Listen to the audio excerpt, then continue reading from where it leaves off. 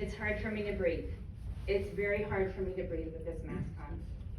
I have a very serious heart condition. It's called SCAD, which stands for spontaneous coronary artery dissection, which caused a widowmaker heart attack. I am now in heart failure, and I lost 40% of my heart muscle. I have been advised by my cardiologist not to wear a mask because I need to breathe fresh air. I called the Board of Education to ask for a medical exemption to speak at the podium mask-free, because by law, I'm covered under the American Disability Act. Sadly, they denied my request. Oh my God. Oh my God. I have a right to take my mask off. Yes, you do. I am I would ask that you please put the mask on.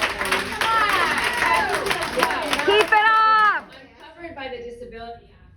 Thank you. I'm sorry, but Wow. you can't enlarge on our rules, then we cannot. Film it! Film it! Show the media! Film it! I mean, this is ridiculous. It's her life. Yes, That is her life. Yeah, but teachers That is her life. She has a disability and you are discriminating against her. Wow. Please continue. Make sure that the microphone is on. If there's a button at the bottom, you push it. Wow. The vaccination. I'm here to advocate for others that have a disability and that have right to unmask. It is time for Fulton County to make masks optional. Cherokee and Forsyth County gave their community the choice to make masks optional. They have proved that the risk of virus did not increase without wearing a mask. So why are kids still wearing masks?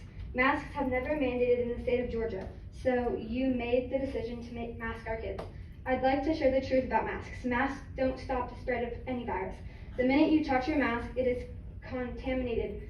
On March 5th, 2021, the CDC reported the difference between the mask mandates and no mask mandates is literally just 1.32% difference.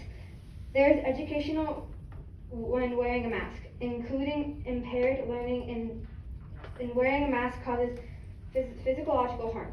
Human connection occurs non-verbally, especially with children. Our children will suffer to understand facial expressions because they cannot see them. Some children have reported that they are ashamed of their faces and they want to continue to hide behind their mask. This is not okay. Our students are beginning socially daily to keep their masks on. My daughter has witnessed her teacher suggested her classmate to put 2 masks on. This is outrageous. In fact, that is bullying. Teachers are bribing students with candy to keep their mask on. Teachers need to focus on teaching, not scolding or bribing. My 9th grader said that he can't even lower his mask to take a drink of water. There are kids, for God's sakes, not prisoners. Lastly, physical harm is linked to wearing a mask.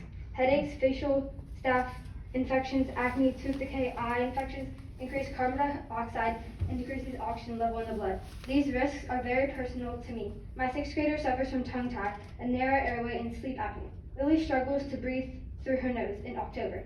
When it was time to choose virtual or face-to-face school with a mask requirement, it was difficult. We explained to Lily that wearing a mask all day would result to reduced oxygen level and headaches. As a rising middle schooler, you can only imagine her excitement to attend face-to-face.